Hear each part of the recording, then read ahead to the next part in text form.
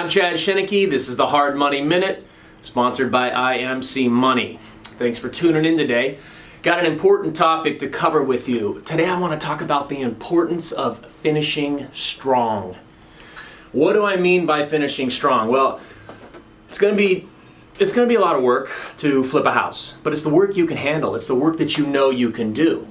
You're going to go out, you're going to find a piece of property, you're going to put it under contract. And maybe you find this amazing piece of property, and maybe because of the way you write the contract, you're able to buy it so much below market value that when you go to fix it, you're going to have a ton of built-in profit right off the start.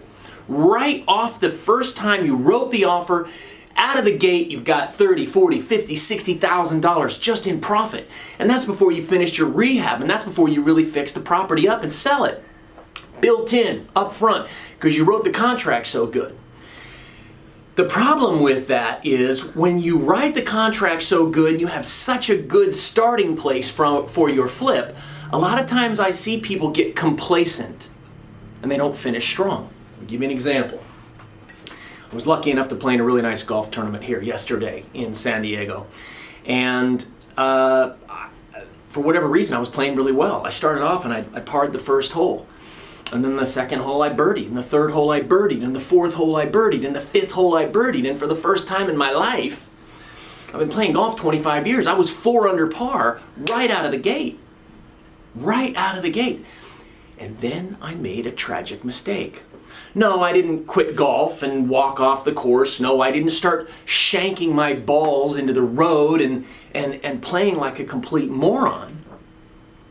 But I made a tragic mental error, in which I said to myself, after the fifth hole, I was 4 under par. 4 under par. After 5 holes, I was 4 under par. And I said to myself, hey, you know what? The worst that could happen now is, the way I'm playing, I'll probably shoot even par, 1 or 2 over. I got 4 birdies in the bank. So the worst that can happen is, I'll shoot 73, 74, 75. Why would you think that way? Why would you allow those thoughts? Why would you allow those thoughts to come in your mind? Why not just finish strong? Look at this. Let me show you. This is my actual scorecard from yesterday. And if you know anything about golf, I don't know if you can read that. If it's too close, I don't know. But you can see there, I birdied, parred 1, and birdie. But then I didn't finish strong. And I allowed myself to be complacent. I allowed myself to get comfortable. I allowed myself to relax. I allowed myself to say, hey, look, no matter what happens in this round today, I got 4 birdies. I'm 4 under par.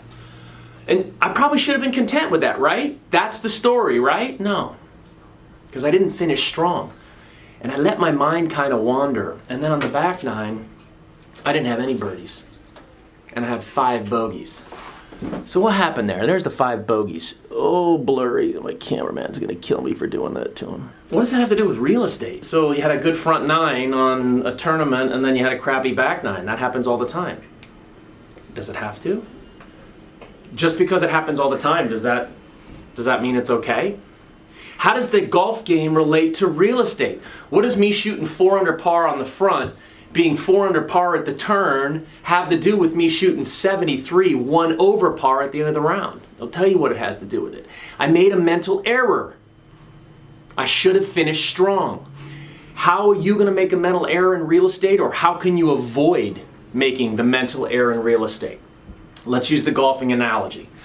So you get started in your real estate business, you go out and you find a property to flip, and you're just that good, that lucky, right place, right time, but you put a property under contract for $40,000, $50,000, $60,000 under what it's really worth. So you've got this built-in equity. You've got this built-in chunk of profit right from the start. And right then, you could make the mental error of saying, well, no matter what happens with this piece of property, I'm going to be okay. Because I'm buying it so far below market value, because it's so far below what it should be worth, that no matter what happens, I'm going to be taken care of. I'm going to make some money. Just like yesterday, I was like, well, no matter what happens, I'm going to have a great round. I'm obviously breaking 80. I'll probably break 75. What I should have done is said, you know what? I want to break 70. I want to shoot 64. I want to shoot the course record. You go get that house tied up under contract, and you think to yourself, well, I've got this one. And then you don't finish strong. You don't stay on top of your contractor.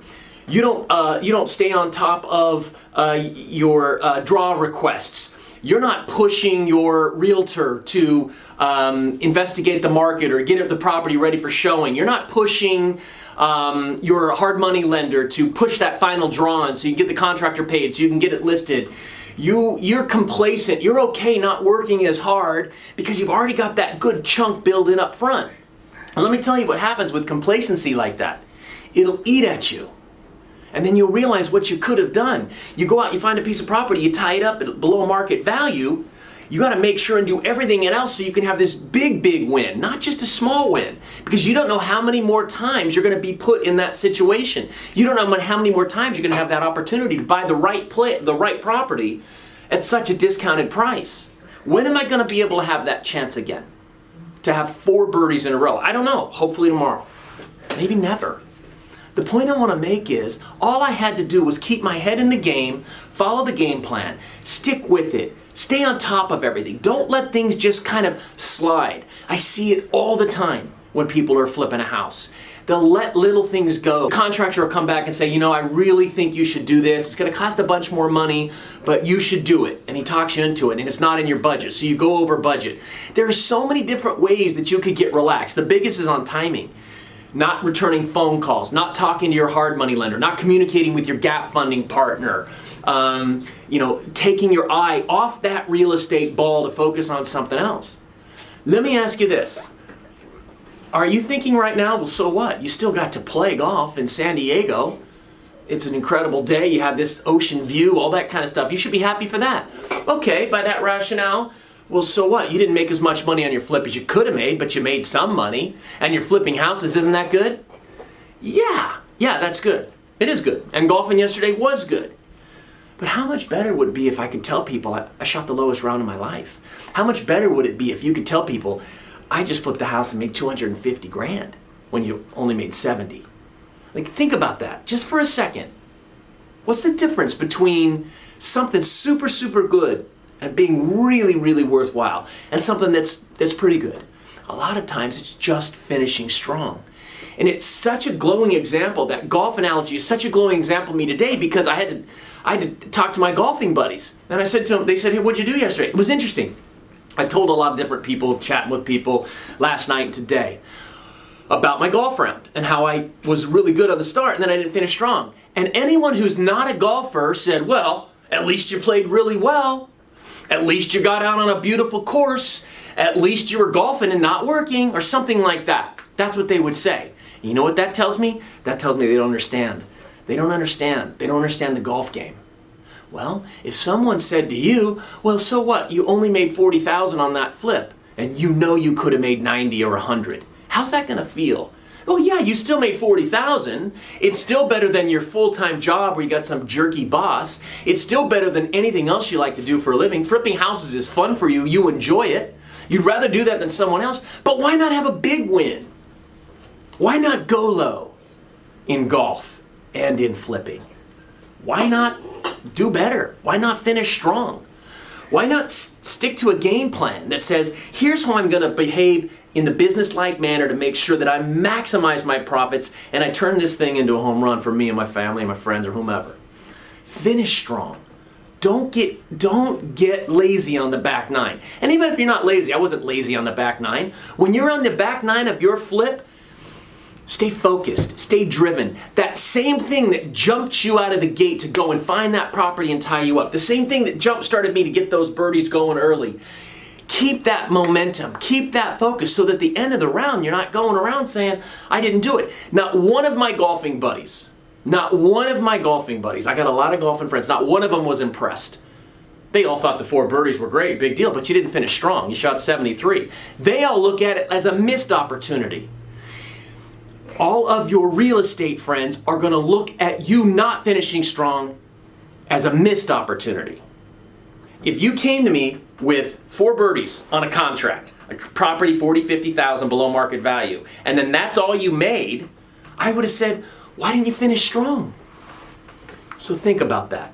Once you get something going, once it's on the right track, finish it out. Don't get lazy. Don't get complacent. That's where mistakes can happen. And that's where profit can so quickly disappear, just like those 4 birdies I had on the front. So that's about it. It was a good story. It was hard for me to tell it, but I like it because it relates directly to real estate. And I find that most things in life do if you look for the meanings.